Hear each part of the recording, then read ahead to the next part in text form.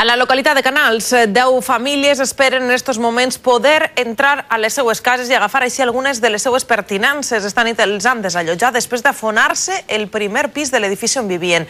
No hi ha hagut ferits. A Canals està en directe Judit Górriz. Judit, quan van a poder tornar aquests veïns a les cases?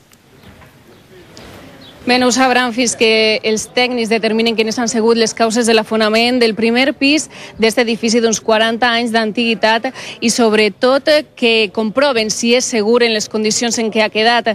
I és que a nit, vora les 11, s'afonava part de la cuina d'aquest primer pis, travessava la planta baixa i deixava un gran forat en el sòtan. Els veïns parlen de molt de soroll, d'una sensació com de terratrèmol i comenten que afortunadament tots estan bé després del que ha passat. En aquests moments, part de les 10 famílies que viuen en aquest edifici estan ací al carrer Botànica Vanilles esperant l'arribada dels tècnics, de l'arquitecte i dels bombers de Xàtiva, que els han d'informar en quin estat estan les seues cases i sobretot quant de temps més hauran de passar fora d'elles. Ells esperen que, acompanyats pels bombers, puguen entrar en les vivendes a per roba i alguns encerts bàsics per a passar estos dies. De moment, continuen sense saber quines han sigut les causes de l'afonament, però les primeres hipòtesis apunten a que seria un deteriorament o un mal estat de l'estructura de l'edifici.